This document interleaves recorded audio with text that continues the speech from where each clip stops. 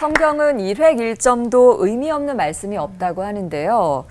그런데 이해 못할 사건들 중에서도 가장 좀 불편하고 거북스러운 부분이 있습니다. 오늘 올포원의 주제인 디나와 다말의 겁탈 사건인데요. 디나와 다말 누구지? 기억하시겠어요? 네. 이스라엘의 조상 야곱의 딸이 디나고 또 하나님 마음에 합한 자 다윗의 딸이 다말이잖아요. 그쵸. 근데 이 디나는 이방 민족 세겜에게 겁탈을 당하고 또 다말은 이복 형제 암논에게 겁탈을 당했잖아요. 네. 약간 그 영화 중에 그 악역이 주인공인 영화 있잖아요. 그러니까 이 사건은 마치 그 오빠들이 그 악역의 주인공과 같은 그런 역할을 하는 것 같아요. 딸들이 뭐 어떤 일을 했는지는 전혀 이야기가 나오지 않고 디나의 오빠들은 끔찍한 복수하고 그리고 다말의 오빠들은 사건의 공범이 되는 어떤 막 영화 같은 일이 벌어졌어요. 네, 저도 이 사건에 대해서는 눈 씻고 다시 한번 보게 되는 것 같아요, 성경을. 이 야곱이랑 다윗이 도대체 누굽니까? 이 구약 시대의 이 대표적인 인물들인데, 아니 자식들한테 어떻게 이런 비극이 일어날 수 있었는지, 있었던 건지 네, 이해하기 안 되네. 그래서 이게 성경에 요목조목 기록된 이유가 늘 궁금했었거든요. 굳이 따지자면 잘잘못을 가리자면 아버지들이 더 잘못한 건지 아들들이 더 잘못한 건지 누가 더 잘못한 건가요, 목사님? 모두가 다 잘못한 거죠. 모두가 다 죄인이기 때문에. 네. 정답이죠. 뭐 이렇게 누가 도드라지느냐 이게 뭐 비율로 따질 수 있겠습니까? 뭐 이게 쌍방과실 6대4 뭐 이런 것도 아니고 그냥 총합이죠. 총합이고 그게 우리의 현 주소고 성적표이기도 한 사건이었다 이렇게 말씀드리고 싶습니다. 네. 정비공이 없다, 정답이 없다, 비밀이 없다, 공짜가 없다. 인간 만사 부모랭이다. 가장 조금 전에 강 목사의 말씀처럼 종합적인, 복합적인 인간의 그 내면의 그런 게 그대로 그 형제들, 오빠들을 통해서 드러나는 인간 그런 종합편이라고 보죠. 네. 성경에서 가장 폭력적인 가정사로 기록된 사건이 아닐까 싶은데요. 디나와 다말의 겁탈 사건. 그 사건의 배경과 또 문제의 핵심에 다가가기 위해서 목사님들의 설교에 좀 귀를 기울여 보고 싶습니다. 김문우 목사님께서 시작해 주시겠습니다.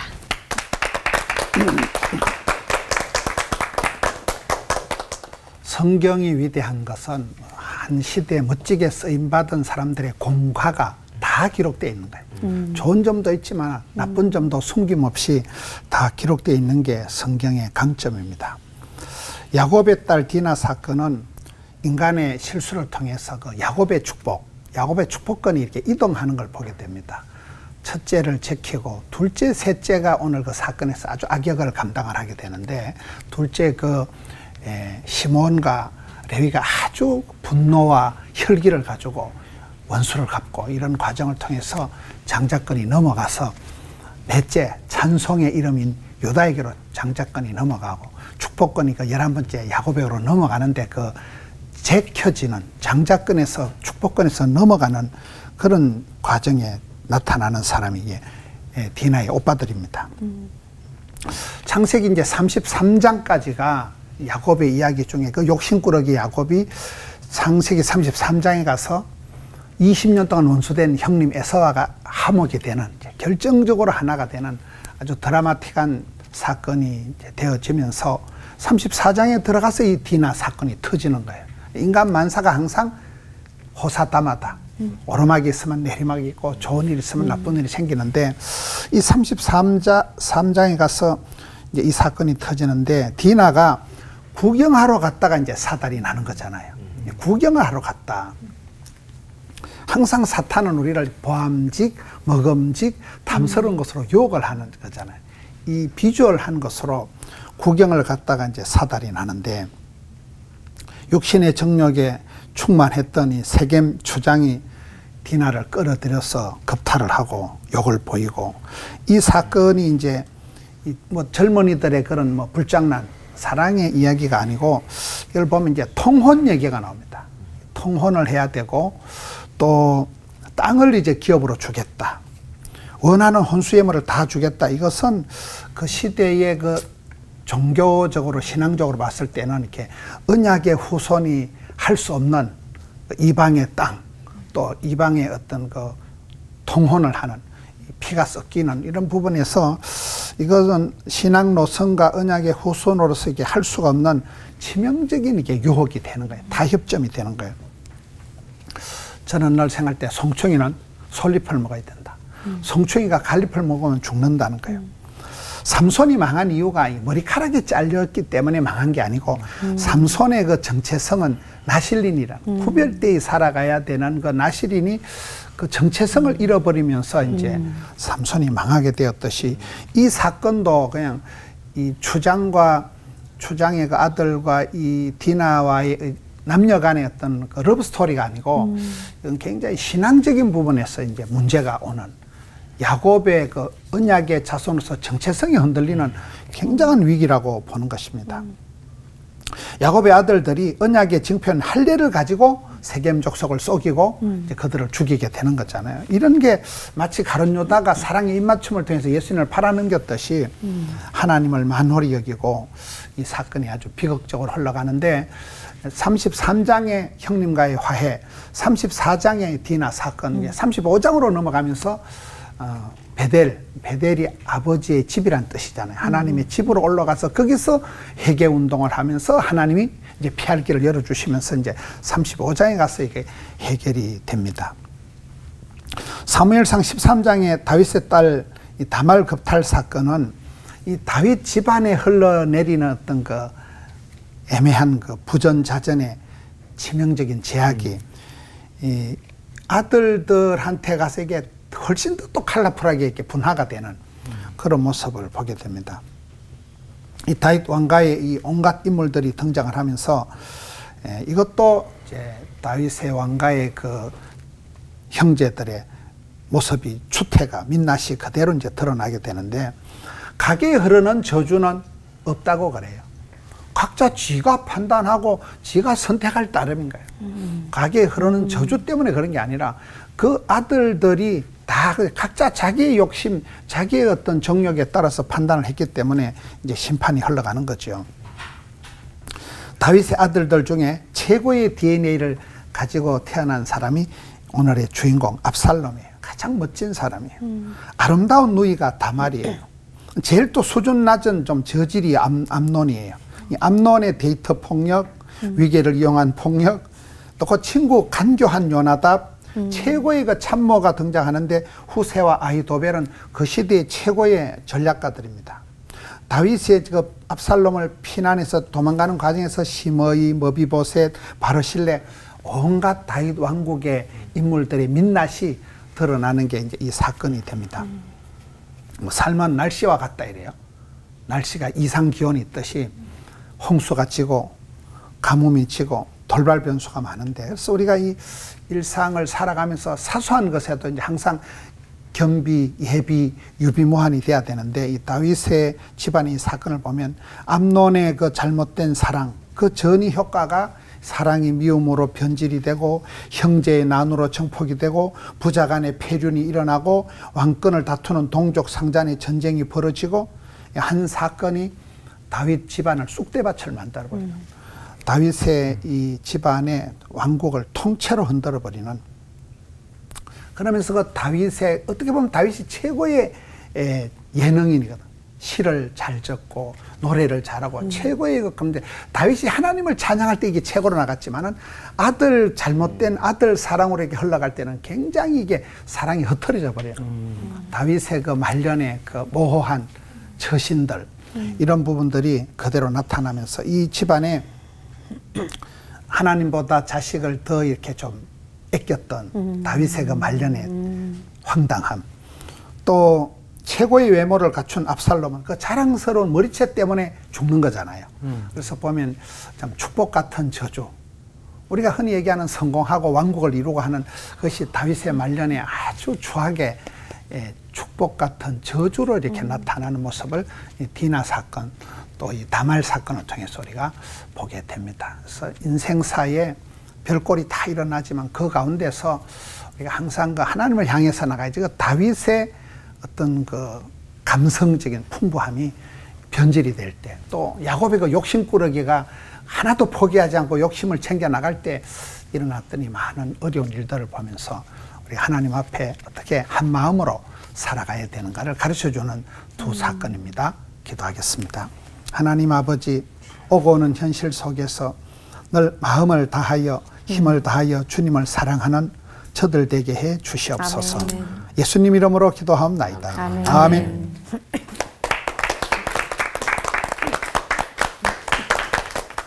건강한지 안 건강한지 자기 기분한테 물어보면 큰일 나고요. 일단 몸무게를 재야 됩니다. 그래서 일단 내가 상태가 어떤지 알아야 되고, 종합검진하다 보면 문제 아니라고 생각했던 게 문제라고 드러날 때가 있거든요. 신앙생활도 똑같지 않나고 생각합니다. 겉으로 보면 굉장히 괜찮죠. 뭐 목사일 수도 있고 집사일 수도 있고 권사일 수도 있고 장로될 수 있고. 근데 한 밑장만 딱 빼보면 사실은 인간이라고 하는 게 별 볼 일 없다라고 하는 가장 어쩌면 수치스럽고 좀 지워버리고 싶은 사건이 이 오늘 디나와 다말이라고 하는 사건 아닐까라는 생각을 하게 됩니다. 하나님의 은혜를 받았고 하나님이 함께 하시는 것을 경험했죠. 두 군데가 지키셔서 내가 가는 길에 나만 함께 하는 것이 아니라 하나님이 하신다라고 하는 놀라운 은혜를 경험했던 야곱이었지만, 하나님 주신 은혜가 그렇게 오래 감동을 주지 못했고 유통기한이 길진 않았습니다. 늘 살아왔던 관성이 있다 보니까 아, 형을 어떻게 대우하면 될까? 마치 이제 장사꾼의 전략처럼 생각을 하죠. 내가 이렇게 한 때, 두 때, 세 때로 나눠서 형의 마음을 사면 되겠고, 정말 바보 같은 결정을 그 다음부터 또 하게 됩니다. 내 자식들을 자녀라고 하는 것으로 보는 게 아니라 방패막이 삼습니다. 아내들을 아주 좀 죄송합니다만 찐따처럼 자기를 막을 수 있는 수단으로 삼고 마지막 혼자 남습니다. 남자답지 못하죠. 적어도 하나님이 함께 하신다면 제일 앞자리에 서야 될 텐데, 이 두 사건이 뭐 나중에 다윗도 마찬가지지만 그렇게 믿음이 대단했던 야곱 그리고 다윗이 이 사건 앞에서는 마치 엑스트라처럼 행동하고 있다는 것이 아주 주목할 만한 부분들이 아닐까라는 생각이 듭니다. 우리가 죄를, 어떤 사건이 생겼을 때 제일 중요한 것이 있다면 그걸 내가 어떻게 대처하고 어떻게 해석하고 어떻게 풀어나가냐가 진짜 실력이라는 생각이 듭니다. 이번 팬데믹 때 제일 그 마음 아픈 얘기를 하나 들었는데요. 3년 동안 문박 출입을 안 하신 거예요. 그리고 코로나에 걸리신 겁니다. 재밌는 얘기인데 웃질 않으시네요. 네. 문 밖에 안 나갔는데 코로나에 걸려가지고 어떤 놈은 계속 돌아다녀도 안 걸리는 놈이 있는 반면 3년 동안 진짜 문 밖 출입을 안 했는데 코로나에 걸려가지고 너무 속상한 거예요. 사건은 어쩔 수 없다고 생각해요. 이러지 말았어야 된다는 말이 우리 인생에 그렇게 도움이 될까? 너 이거 하지 마, 저거 하지 마. 그 말이 도움 될 것 같으면 주님이 십자가 왜 죽습니까? 방송하시죠. 김 집사 똑바로 합니다. 주님이 이 땅에 오신 이유가 있다면 우리는 스스로 그 문제를 인식할 만한, 해결할 만한 능력이 없는 존재라는 걸 먼저 인정해야 됩니다. 무엇 때문이냐고 사실 규정을 정한다고 뭐가 되겠습니까? 세겜으로 간 게 잘못이다. 쇼핑 가면 안 된다라고 말하는 목사님도 계시고 아울렛 가다가 큰일 당했다라고 말씀하시는 말도 안 되는 얘기 하시는 분도 계시고 그리고 뭐 세겜이라고 하는 놈이 나쁜 놈이라고 얘기할 수도 있습니다.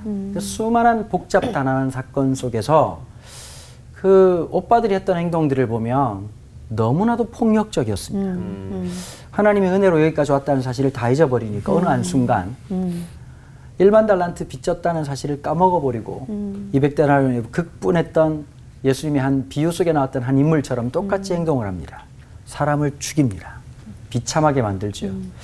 그제서야 일이 다 끝나고 난 다음에 제가 보니까요, 야곱은 굉장히 기회주의자적인 특징이 있어요. 어떻게 했나 보자. 저 놓칠 게 없죠. 땅도 주겠다. 소유물도 주겠다. 통혼을 하자. 야곱 입장에서는 잃어버릴 거 하나도 없는 겁니다. 20년 동안 장사치로 살았던 사람으로서 이거는 손해보지 않는 기가 막힌 장사거든요. 가만히 있는 겁니다.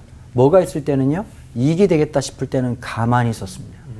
그런데 당장 내가 죽을 것에 대한 민감함을 드러냈을 때 야곱은 그제서야 아들들을 갑자기 공격하기 시작하죠. 너희들 때문에 우리가 다 죽게 생겼다. 근데 하나님이 그때 그냥 가만 두시면 될 텐데 너무 어이없어서 등장하십니다. 밤에 신방 오셔가지고 야, 베들 놀러 와라. 원래 가야 될 땅이 있었거든요. 그때 베들로 올라갈 때 그 공동체의 실력이 드러납니다. 갖고 있던 걸 뭘 주섬주섬 우상하고 다 버리자 그랬더니 한 주먹씩 나오는 거예요. 가지고 있던 뭐 주머니에서도 짐에서도 나오고 그걸 다 상수리 나무 아래 다 묻어버리고 다시 정결케 돼서 베들로 가는 겁니다. 성도의 삶이죠. 회복되는 삶. 다시 우리가 죄 짓고 하나님 앞에 연약한 존재이지만 그분의 음성 때문에 살아갈 수 있는 존재라는 것. 우린 사실 어떤 문제도 해결할 만한 능력이나 실력이 없다는 걸 우린 잘 알고 있습니다. 마치 우리가 좀 배워왔던 것으로 나를 이겨낼 것 같고 내가 좀 경험했던 것으로 잘 넘어갈 것 같은데 그거 참 부질없는 짓입니다. 제가 느낀 게 하나 있습니다. 신앙은 학습 효과가 없다. 그렇게 신앙생활 했는데도 참 늘 그러잖아요. 선생님 뭐라 그랬어? 선생님 이거 시험 나온다 그랬지? 너 몇 번이나 했어? 아주 그냥 이렇게 말하지 않습니까? 우리 정말 지지나 중에서도 가장 지지나 같고 나머지 공부를 그렇게 하고 큐티를 그렇게 하고 성경을 그렇게 읽고 뭐 100독했다 200독했다 그러는데 100독하고도 그렇게 자빠지는 거 보면 참 우린 여전히 한없는 연약한 존재가 아닌가. 200독한 게 자랑이 아니라 200독한 삶이 나와야 되는데 지어짜도 우리는 붙잡을 주님밖에 없는 존재라는 사실. 오늘도 또 한번 이 디나와 다말이라고 하는 우리 일상에 일어나고 있는 지금 현재도 진행형으로 일어나고 있는 이 사건 속에서 우리 영원한 소망 되신 주님 또 한번 바라보는 시간 되시기를 간절히 소망합니다. 아멘. 기도하겠습니다. 주님 죄송합니다. 이게 접니다. 이게 우리입니다. 참 소망 없는 우리 인생에 또 찾아와 주셔서 감사합니다. 먼저 곁을 내밀어 주신 그 주님의 은혜로 거룩할 수 없는 우리가 거룩의 한 자락을 붙잡고 삽니다. 주님 오늘을 복되게 하여 주옵소서. 감사드리며 예수 이름으로 기도합니다. 아멘.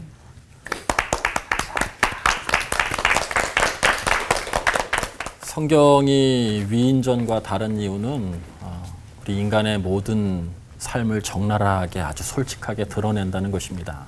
이 위인전기는 없었던 것도 있게 만들고 조금 있었던 것도 과하게 표현하고 죄 지은 것도 약하게 하죠. 그러나 성경은 정말 민낯을 드러내는 그런 것입니다. 그것을 통해서 하나님께서 어떻게 우리를 다듬어 가시고 하나님이 어떻게 역사하셨는지를 보여주는 것. 그래서 저는 솔직한 이 성경이 정말 위대한 것이라고 생각합니다. 목사님들께서 잘 말씀해 주셨던 것처럼 특별히 이 디나의 이 강간 사건은 대단히 밝히고 싶지 않는 그러한 내용이죠. 근데 특별히 이 디나의 이 겁탈 사건은 오늘날 같은 사회에 있어서 예전에도 그렇지만 해석을 좀 신중하게 해야 된다는 것이죠. 34장 1절에 보면 그 땅의 여자를 보러 나갔다라고 그렇게 나와 있어요. 역사가 요세푸스도 이야기하기를 디나가 이 세겜의 문화, 쾌락의 문화를 자꾸 습관적으로 나갔다. 그리고 호기심이 많았다. 그가 적극적이었다라고 하는 그런 해석을 하는 그런 해석들이 있습니다. 근데 이렇게 해석하면 여기 계신 여성분들도 대단히 곤란에 처할 수밖에 없어요. 이때 디나의 나이가 15살이었습니다. 15살. 그리고 그는 하란에 있다가 왔어요. 여기 아마 8년 정도 머물렀던 것으로 역사적으로 해석할 수 있죠. 보러 나갔다라고 하는 것을 지나치게 강조하다 보면 여성에게 이 책임을 돌릴 수밖에 없어요. 그러니까 이 디나의 사건의 핵심은 여성이 이렇게 자신의 행동을 잘못했기 때문에 이렇다라고 하면 아름다운 옷도 입을 수 없고 아름답게 꾸밀 수도 없고 속된 표현으로 우리 예전에 많이 얘기했죠. 조신하지 못해서 이런 일이 일어났다. 뭐 여러 가지 안 좋은 표현들이 있습니다. 성경을 그렇게 해석할 수 있는 위험이 있다는 거예요. 여성들도 아름답게 꾸밀 그러한 권리가 있고 축제에 갈 권리가 있고 아름다운 옷을 입을 수도 있어요. 그러면 무엇 때문에 무엇이 핵심인가? 이 세속 사회에서 죄악의 문화가 여전한 우리 이 사회 속에서 그리스도인들이 이 땅에 살아가는 삶의 자세가 무엇인가? 그 자리를 지켜내지 못했을 때 오는 불행들을 다시 어떻게 처리해야 되는가라고 하는 것들이 오늘 본문의 핵심인 것 같아요. 아브라함 시대 때도 마찬가지였죠. 아브라함의 아내 사라가 너무나 아름다웠기 때문에 애굽에 갔었을 때 누이라고 속이죠. 거짓말을 합니다. 세상에 가장 비겁한 그런 행동이죠. 그래 비겁한 그 행동 때문에 전혀 알지 못하는 애굽의 바로는 그를 궁으로 불러들여요. 그러면 사실은 거짓말을 했었던 아브라함을 하나님께서 뭐라 하셔야 되는데 아브라함을 뭐라 하시지 않고 그 궁으로 불러들였던 아무것도 몰랐었던 그 바로의 왕을 징계하시고 질책하시죠. 왜 그러냐면 그것이 죄의 문화이기 때문에 그래요. 그 죄의 문화의 핵심은 뭐냐면 권력이 있으면 여성의 의사와 관계없이 범하고 겁탈할 수 있는 이 죄악의 문화를 하나님께서 호되게 징계하신 거죠. 여러분 그 시대의 세겜의 문화가 그랬다는 거예요. 힘이 있다고 해서 권력이 있다고 해서 함부로 여성을 겁탈하는 범할 수 있다라고 하는 이 문화 사실 우리 한국 사회에도 이전에 대단히 많이 있었던 것이죠. 하나님은 그것을 무섭게 지금 징계하고 있는 거예요. 1차적으로는 그렇습니다. 우리는 여전히 이 죄가 가득한 세속 사회 가운데 살고 있어요. 도대체 이 땅에서 살 때 우리가 어떤 기준으로 행동하고 살아가야 되는가 오늘 본문에서 묻고 있는 것이죠. 창세기 28장에 야곱이 외삼촌 라반의 집으로 가기 전에 베델이라고 하는 곳에 이름을 바뀌어진 그 베델이라고 하는 곳에서 하나님의 그 꿈을 보죠. 하나님께서 그에게 28장 15절에 말씀하세요. 너 두려워하고 있는데 내가 너와 함께 하겠다. 너 그리고 반드시 내가 이곳에 돌아오게 하겠다라고 약속하시죠. 여러분 그때 야곱이 하나님 앞에 21절에 고백해요. 하나님 저를 평안히 이곳에 돌아오게 하시면 하나님이 정말 나의 하나님입니다. 라고 고백하잖아요. 그러니까 하나님과 약속한 장소예요. 지금 이 세겜에 형과 화해하고 난 다음에 가나안에 다시 들어와서 8년을 정착하고 있었던 거예요. 베델로 약속한 장소로 가지 않고 8년을 거기에 있었던 것이죠. 그런 과정 가운데 야곱도 가족들도 다 물들어가기 시작한 거예요. 세속의 문화에. 그래서 다시 하나님의 그 약속 장소로 가게 되는 것이죠. 베델로 올라가자. 그랬을 때 모든 것들 우상 숭배했었던 그 기물들을 다 처리하고 베델로 하나님이 원래 약속했었던 그 장소로 가는 것이죠. 근데 장소만 바뀐다고 해서 우리들이 성결해지느냐? 그건 아니에요. 여기에서 이야기하는 것은 여전히 우리가 악한 문화 세속 사회에서 살게 될 텐데 어떤 기준을 가지고 이 세상을 바라보고 어떤 자세로 우리들이 나를 정말 비추어서 이렇게 살아가야 될까? 하나님의 말씀에 비추어서 세상을 보고 악이 무엇인지 선이 무엇인지 악한 장소가 어디고 선한 장소가 어디인지 분별해가는 그런 능력으로 그 말씀에 따라서 살아가는 것이 공간의 이동이 아니라 베델로 올라가는 것이다 라고 하는 그런 생각이 듭니다. 디모데후서 2장 22절 말씀에 이런 말씀이 있어요. 너는 청년의 정욕을 피하고 주를 깨끗한 마음으로 부르는 자들과 함께 그렇게 있으라는 거예요. 악한 곳은 연약한 인간이기 때문에 가능하면 이겨낼 힘이 없다는 거예요. 유혹의 자리는. 피하고 피하는 것으로 끝이는 것이 아니라 하나님의 그 거룩한 백성들과 함께 있어서 서로를 지켜내는 그러한 모임을 가져야 된다라고 하는 것이죠. 여러분 그것이 1차적으로 교회고요. 또 가정인 것이죠. 그래서 우리는 힘이 없기 때문에 피하고 거룩한 모임들을 가져서 그 안에서 말씀 속에서 우리들이 악이 무엇인지 악한 문화가 어떤 것인지 구별해낼 수 있어야 되는데 오늘날 가장 큰 문제는 그 기준이 없다는 거예요. 도대체 무엇이 악인지 무엇이 선인지를 분별해낼 수 있는 능력이 점점 상실해가는 것. 그 상실하는 그 상태에서 베델을 아무리 올라가 봐야 그건 장소만 옮기는 것이거든요. 우리들에게 있는 가장 중요한 기준 그것은 오직 하나님의 말씀인 줄 믿습니다. 그 말씀으로 승리하는 우리 모두가 되기를 주님의 이름으로 간절히 축원합니다. 기도하겠습니다. 하나님의 백성들이 악한 문화 속에 살아갈 때 어디에 있어야 되며 어떤 자세를 가지고 어떤 기준을 우리들이 취해야 되는지 알게 하옵소서.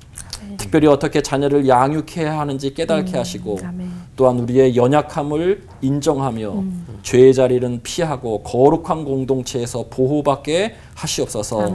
우리의 자녀들을 주의 교훈과 훈계로 잘 양육하게 하나님 우리를 이끌어 주시옵소서.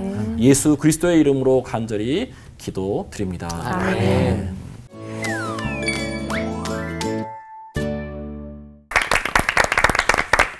참 끔찍한 사건이었고요. 그리고 오늘 현실에서도 일어나고 있는 사건이어서 우리에게도 경종을 울리는 그런 이야기가 아닌가 싶습니다. 야곱과 다윗이 다른 축복을 얼마나 많이 받았어요. 그런데 자녀 교육이나 이런 면에 있어서는 좀 부족했구나라는 생각이 좀 들어요. 그 부모들의 입장에서 볼 때 약간 좀 이해 안 되는 부분이 뭐냐면 본인의 딸이 성폭행을 당했어요. 그리고 하나님의 사람인 아들들이 또 살인을 저질렀어요. 그럼 부모된 입장에서 왜 그걸 가만뒀을까? 오히려 저 같으면 죄가 더 나섰고 막 했을 텐데 그러지 않은 게 좀 이해가 안 되고 야곱은 이런 상황에서 자기 몸을 살린 듯한 제스처를 취했고 다윗은 암논을 그냥 놔뒀어요. 사실은 굉장히 막 벌할 수 있는 일인데도 그냥 놔두고 이게 목사님 사실 가문의 저주가 아들 때 와서도 이게 반복되는 게 아닐까요? 그래서 이게 또 이렇게 행동을 한 게 아닐까 그런 생각이 좀 들거든요. 아까 목사님께서 말씀해 그건 주셨던 아니다. 것처럼 가계에 흐르는 저주다라고 하는 것은 실제적으로는 비성경적인 겁니다. 고린도서 5장 17절에 그러므로 우리는 예수 그리스도 안에 있으면 새로운 피조물이다라고 그렇게 말씀하고 있잖아요. 그럼에도 불구하고 저는 개인적으로 흐르는 분위기는 있다 이렇게 생각해요. 그러니까 가정의 어떤 그 분위기는 반드시 자녀들에게 그거는 영향을 미칩니다. 아버지의 그 음란한 분위기 말로 표현할 수 없지만 그거는 분명히 자녀들에게 있어서 그 분위기라고 하는 것은 분명히 있거든요. 그 가정의 분위기가 있는 것처럼 그것은 분명히 영향을 미쳐요. 인지심리학자들이 연구했었을 때 유전적인 요소가 분명히 있다고 우리들 다 유전적인 요소가 있죠. 그러니까 그 흐르고 있는 무엇은 있지만 우리는 그것을 끊어낼 수 있는 예수 그리스도의 십자가의 보혈도 있다라고 하는 거예요. 그러니까 가계에 흐르는 저주가 있다고 해서 거기서 매몰되는 그 순간에 결국 우리는 숙명론에 빠져서 아무것도 하지 못하는 그런 결과가 되죠. 목사님 말씀하신 것처럼 가계의 저주 뭐 이런 거 갖고 기도원에 이상한 분들이 많이 얘기하시는데요. 경향성이죠. 그 말씀하신 것처럼 성향. 인간의 성향, 경향, 그다음에 이제 그 가정의 생태계라고 하는 게 존재하지 않습니까? 그러니까 사실은 예수를 믿는 사람들이 잘해야 될 게 있어요. 인생을 즐길 줄 알고 미학적인 의미, 그 스트레스나 모든 걸 어떻게 극복하느냐. 사건보다는 우리가 해석을 어떻게 하고 그걸 어떻게 해결하는 그 과정을 우리가 그 말씀으로 살아간다고 할 때 아주 유기적으로 함께 나갈 수 있는 힘을 좀 갖는 게 저는 훨씬 더 중요하다고 생각하거든요. 우리가 이 사건을 통해서 우리 가족이 좀 함께 좀 생각해 봤으면 좋겠어. 그게 근데 대부분 다가 원인을 따진단 말이에요. 나가지 말라 그랬지. 엄마 너 가지 말라 그랬지. 이놈 귀신해. 그냥 나가지고 그랬던 거잖아. 만약에 그쪽으로 따지면 저는 진짜 우리가 해야 될 일들을 못하는 게 아닌가. 그러니까 자꾸 이제 원인을 따지는 쪽보다는 물론 우리가 반성을 해야 되겠지만 이걸 통해서 우리 가족이 배운 게 어떤 걸까? 아빠도 내가 이건 되게 고쳐야 되겠다고 생각을 했어. 그리고 이제 제가 좀 걱정되는 게 이게 특별히 보시는 분들이 시청자분들이 그러니까 저희 집도 좀 그런 게 있었거든요. 말씀으로 조졌어요. 이렇게 해가지고 말씀 위에 서야 된다. 말씀으로 하니까 그렇다. 이렇게 성경책으로 맞기도 하고 이렇게 했단 말이에요. 그게 아니라 하나님의 말씀이라고 하는 기초 안에 그걸 좀 유기적으로 좀 함께 충분히 호흡하고 들숨 날숨을 하듯이 그 친구도 이해할 수 있고 충분히 공감할 수 있는 그 자리로 이끌어가는 과정들이 저는 훨씬 더 성경적이고 영적이고 성령 충만한 모습이라고 생각합니다.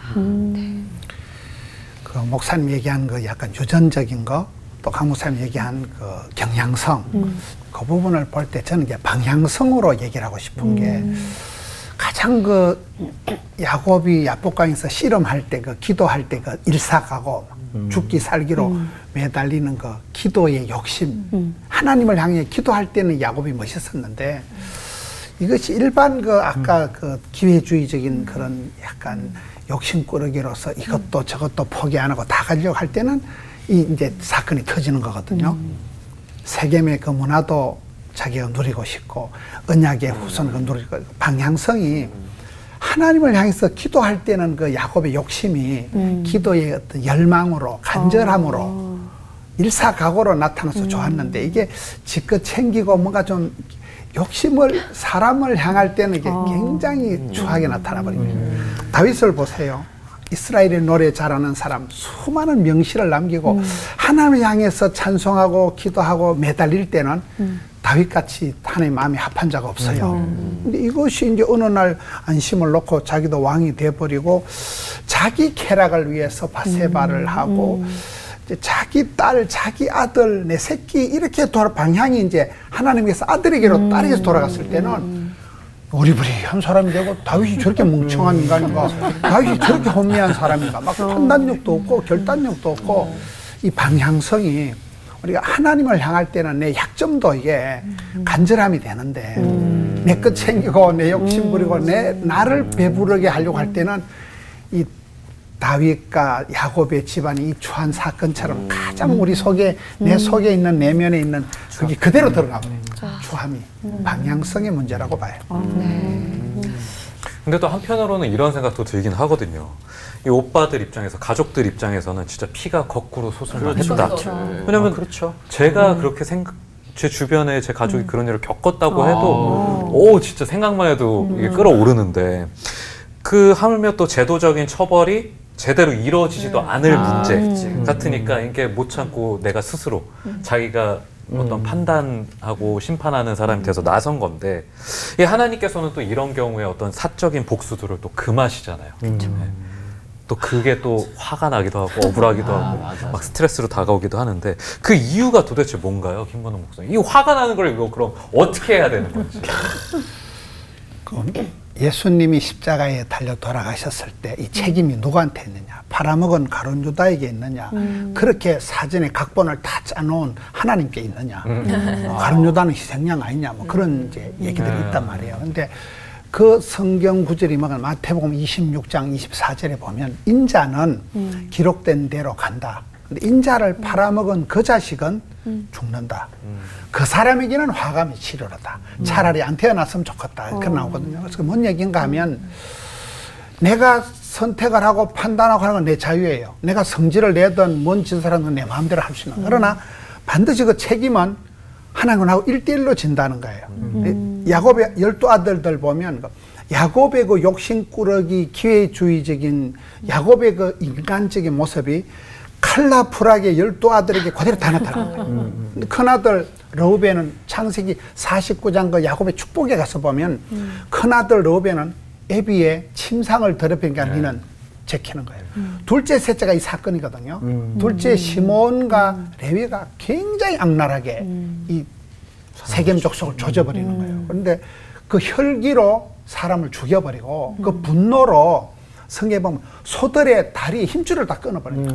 너무나 잔인무도하게. 그래서 너그 둘이는 장자권에서 갈로 밖으로 제킨다는 거예요. 그래서 넷째 유대로 넘어가거든. 유다로 넘어가는데 무슨 얘기인가 하면, 내가 무슨 짓을 하든지 그건 내 자유예요. 반드시 거기에 대한 책임은 내가 져야 된다.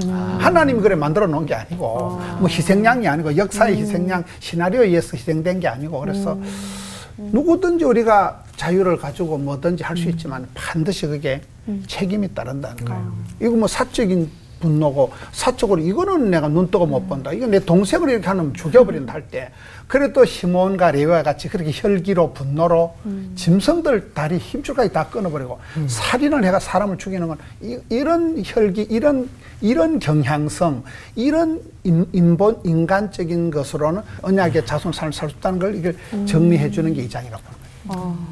또 디나와 다말의 사건을 접하면서 제일 무서운 게요, 이 사건들로 인해 이스라엘의 역사가 완전히 바뀌었다고 하잖아요.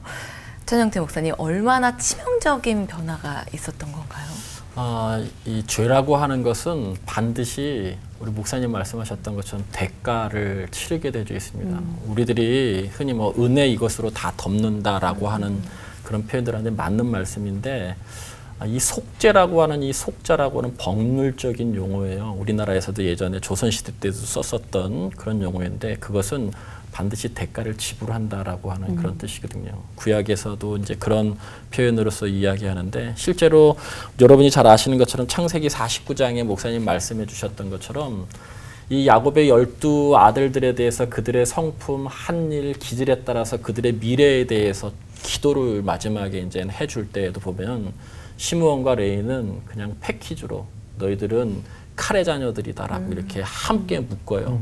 그러고 난 다음에 핵심은 뭐냐면 너희들은 흩어버리겠다 이렇게 말씀하세요. 역사적으로 보면 가나안 땅에 들어가고 난 다음에 이 시므온은 민수기에 보면 인구 조사를 할 때 12지파 중에 가장 수가 적어요. 22,200명. 그러다가 역사 속에서 뭐 별 한 일 없이 서서히 그냥 사라져가는 그런 레위도 마찬가지죠. 독립적으로 다른 그 지파들은 독립적으로 다 이렇게 살아가는데 지파를 이루어서 레위는 각성에 흩어져 있잖아요. 그러니까 독립적인 지파를 이루지 못해요. 흩어버리겠다라고 하는 그 얘기를 분명히 야곱이 하고 있어요. 왜 그러냐면 그의 행동, 그의 기질, 그의 품성에 따라서 미리 하나님의 입으로 야곱을 통해서 말씀하신 거죠. 그러니까 이것은 대가를 반드시 지불할 수밖에 없었던 거예요. 더 심각한 것은 저는 이 다윗이 암논에게 행했었던 그 태도거든요. 왜 이렇게 잘못했음에도 불구하고 제대로 이렇게 훈계를 못했을까? 잠언서에 분명히 뭐라고 말씀하냐면 훈계는 생명으로 가는 길이다라고 훈계를 처음부터 끝까지 대단히 많이 이야기해요. 아비의 훈계를 잘 들어라라고 이야기하는데 제가 그냥 개인적인 상상을 보면 다윗이 사랑했었던 아들은 압살롬, 자기같이 출중하고 뛰어나고 이런 압살롬이었을 거예요. 근데 우상숭배죠. 어떤 우상숭배냐면 우리 인생에 있어서 기쁨과 만족을 하나님 외에 다른 곳에서부터 얻는 것은 우상숭배예요. 어떤 장소에서 얻건 어떤 분위기에서 얻건 돈에서 얻건 권력에서 얻건 다 기쁨을 주는 거거든요. 그런데 자식에게 기쁨을 자식이 우상숭배 같은 그런 존재가 돼버린 거예요. 저도 너무 좋으면 얘기를 잘 못할 때가 많거든요. 그런데 다윗의 아킬레스건 평생에 두 가지기 때문에 하나는 성적인 문제고 하나는 자녀 교육을 제대로 하지 못한 거예요. 열왕기상에 솔로몬에게 이제 왕위가 넘어갈 때에도 보면 암논은 이미 죽었고 압살롬도 죽었어요. 셋째 둘째인 길르앗은 어디 있는지 나오지도 않아요. 아도니아가 막 설치면서 내가 왕이 되겠다라고 얘기할 때 그 성경 말씀에 보면 그렇게 설치고 다니는데 또 다윗이 아무 소리를 하지 못했다 이렇게 성경에 명확하게 기록하고 있어요. 다윗이 한마디도 그 자녀에게 이야기하지 못했다 이렇게 나와요. 왜 그랬을까?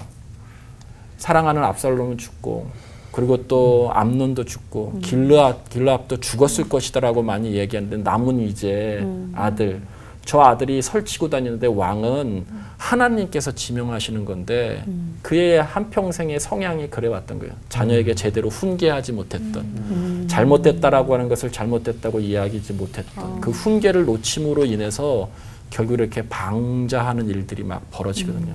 그리고 정확하게 지적하지 못했기 때문에 형제들 간에 혈투도 일어나고 왕제의 난도 일어나고 솔로몬 시대에 넘어가면서 솔로몬이 그 지혜에 대한 이야기에 나오는 첫 구절이 뭐냐면 지혜에 대한 말씀, 판결 내리는 말씀, 그리고 지혜를 달라고 하나님 앞에 기도하는 그 말씀 바로 앞에 1절에 이렇게 시작해요. 솔로몬이 애굽에게 여인을 취했다는 거예요. 여러분 그 애굽에서 이스라엘 백성들이 출애굽한 애굽, 노예 생활을 하지 않으려고 하나님께서 해방시켜줬던 그 애굽으로 결국 솔로몬이 그렇게 다른 우상의 그런 심취해 있는 여인을 데리고 들어옴으로 인해서 그것이 번져서 성전 안에서도 우상 숭배하는 것 때문에 결국 바벨론에게 멸망당하거든요. 포로로 잡혀가고 폐허된 이스라엘에 그냥 남아있는 사람이 있지만 여기도 견딜 수 없어서 애굽으로 도망가는 사람들도 생겨요. 애굽에서 나왔는데 애굽으로 다시 가버려요. 얼마나 이게 역사의 아이러니예요. 그것이 뭐냐면 성적인 그 문제를 제대로 치리하지 못했을 때 이것은 성적인 문제뿐만이 아니라 기준을 정확하게 부모님이 제시해주지 못했을 때 훈계를 제대로 하지 못했을 때 역사가 바뀌고 완전히 막 다 바뀌어버리는 악한 쪽으로 흐르는 것이 아닌가. 그래서 훈계가 잠언서의 말씀처럼 생명에 이르는 길이다. 말씀이 맞는 것 같아요. 훈계만 잘했어도 역사가 바뀌었을 수도 있겠네요. 그렇죠. 네. 아들과 딸이 내 뒤에서 나를 보고 오는 그런 존재들이라고 생각한다면 본인이 똑바로 서는 것도 필요하지만 아이들에게 바른 방향을 가르쳐주는 게 그게 훈계고 또 부모의 역할이 아닐까 싶은데 나는 과연 야곱과 다윗보다 더 잘하고 있나라는 생각도 좀 하게 되는 것 같고요. 여러 가지 생각이 듭니다. 가족과 자녀들의 인생을 바꿀 만한 사건이 사실 우리한테도 얼마든지 일어날 수 있잖아요. 그래서 오늘 돌발 질문이 더욱 궁금해집니다. 누가 가지고 계신가요? 네. 저한테 있습니다. 네. 꼭꼭 숨겨주셨군요. 네. 네.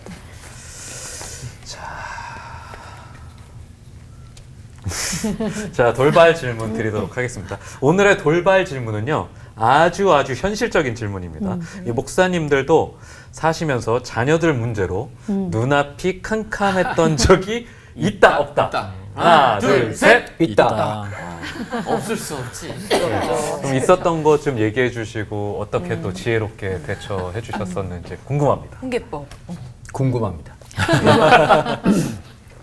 저는 이제 저희 아들이 하나 있고 딸이 있는데 저희 아들이 학생 때 많이 아팠어요. 저는 밖에 집회 나가 있고 제가 이제 의과대학 간호대학 교목 출신이니까 이제 의사 제자들이 회의를 해서 오늘 김문훈 목사 아들이 오늘 밤에 죽을 것 같다. 오늘 밤을 못 늘겠다. 열이 너무 막 41도 이상 올라가고 이 김문훈 목사한테 연락을 해야 되냐면 이제 제자들이 회의를 할 만큼 아이가 많이 아팠어요. 열이 많이 나고 했는데 이제 어쨌든 막 온갖 항생제를 투약해가지고 이제 그 고비를 넘기고 그 다음에 또 이제 애가 장가를 갔어요. 장가를 갔는데 우리 며느리가 자궁의 임신을 하는 거예요. 막 계속 산 넘어 똥받치고 산 넘어 지뢰밭을 지내가는 거예요.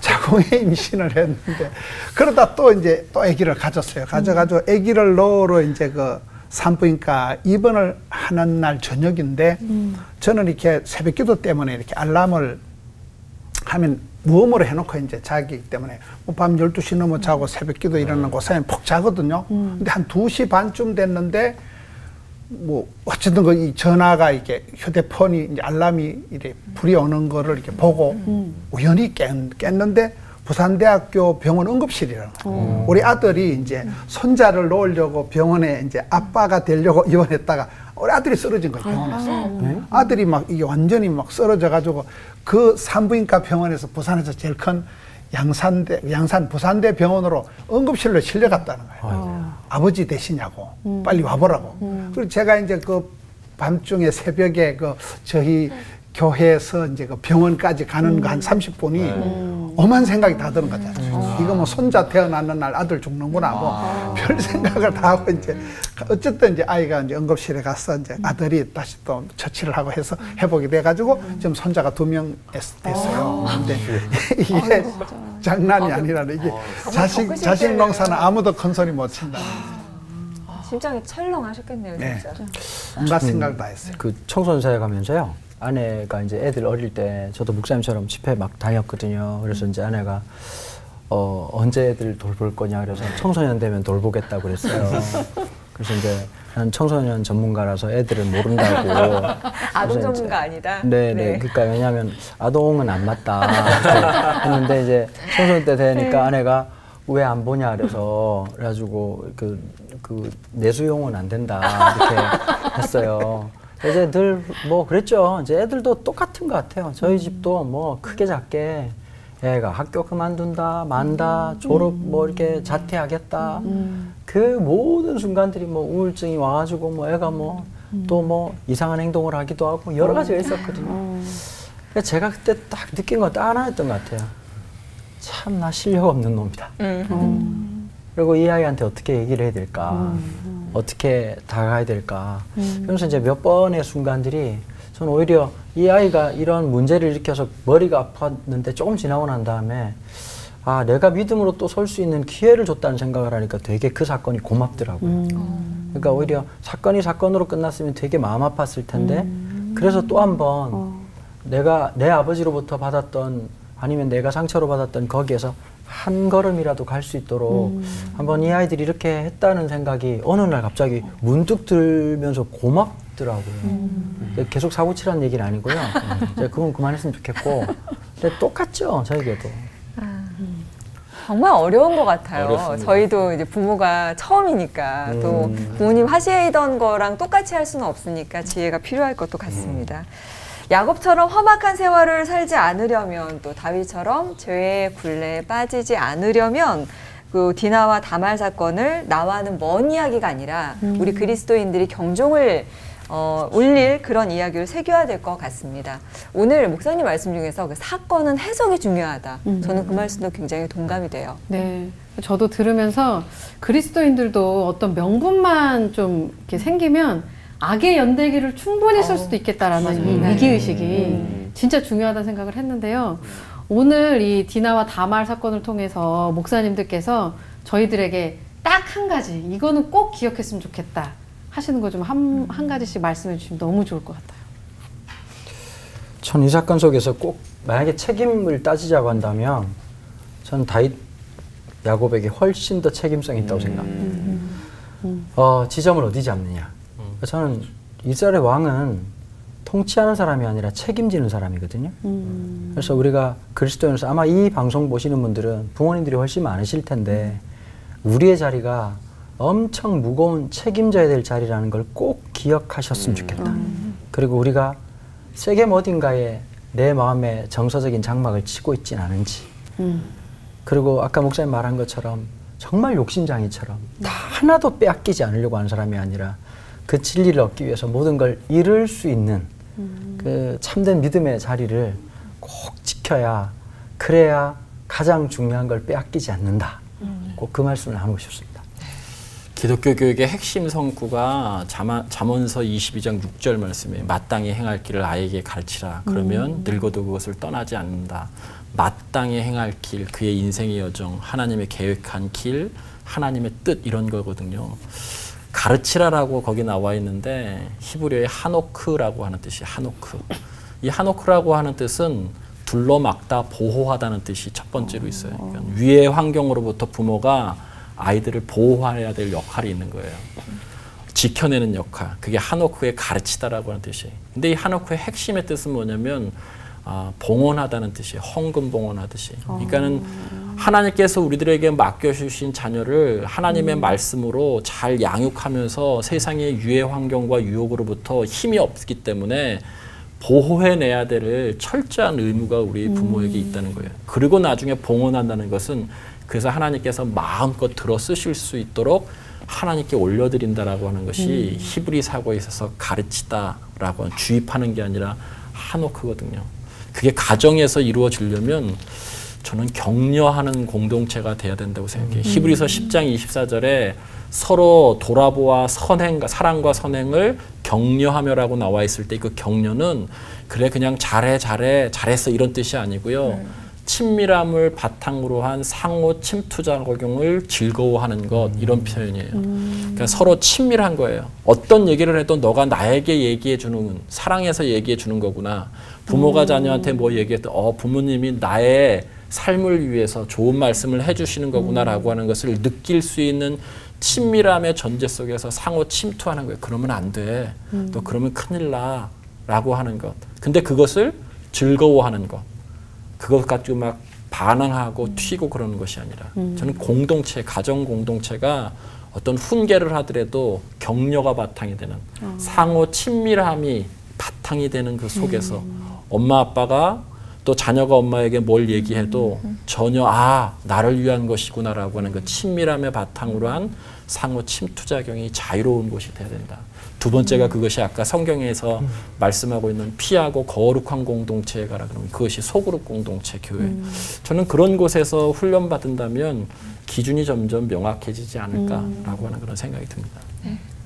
저는 정으로 살지 말고 뜻으로 살아라. 정으로 산다는 것은 인정사정, 내 새끼, 내 딸, 내 아들, 내 기쁨 이게 이제 인정사정을 대부분 그렇게 살아가는 거잖아요. 죄라는 것이 자기 중심성이라는 거예요. 내 기쁨, 자기 합리화 이게 죄잖아요. 나를 위해 인정사정을 이렇게 따라가면 항상 결론이 좀 안 좋아지더라고요. 근데 우리가 좀 징그러워하는 막 하나님 영광을 위하여 주님의 뜻을 위하여 하나님 기쁨 너무 막 이런 거 들으면 막 징그럽거든요. 저는 영도 설교하네 이러는데 세월이 지나 보니까 그게 진짜예요. 그러니까 내 인정사정을 따라 사는 건 결론이 다 좀 거시기 하고 하나님의 뜻이라면 하나님을 기쁘시게 하는 그 정으로 살지 말고 뜻으로 살아간 건 다 끝이 좋더라고요. 그런 부분에서 이 인정사정을 따라갈 땐 디나 다말 사건이 속출한다. 하나님의 뜻을 자꾸 살피고 그쪽으로 내 어떤 내 자기중심적인 거를 하나님께로 이렇게 방향을 돌릴 땐 이스라엘의 노래 잘하는 다윗이 되고 하나님 앞에 시를 잘 적은 아주 기가 막힌 최고의 사람이 나오는 거잖아요. 그래서 그 부분이 정으로 살지 말고 뜻으로 살아가자. 네. 재미는 없지만은. 네. 방향성이 중요하다라는 아까 말씀과도 또 연관이 되는 면이 있는 것 같습니다. 그리스도인에게는 있어야 할 자리가 있습니다. 하나님께서 보호하시는 하나님의 집, 베델을 우리가 굳건히 지킬 때 유혹과 위험으로부터 우리 아들, 딸들도 건강하게 지켜낼 수 있을 겁니다. 야곱과 다윗의 전철을 밟지 않기 위해서 우리가 오늘 다짐을 좀 굳게 하면서 끝인사 힘차게 외치며 마치죠. 네. 하나님의 안전지대 베델의 축복으로 하나 되는 시간 올보 원.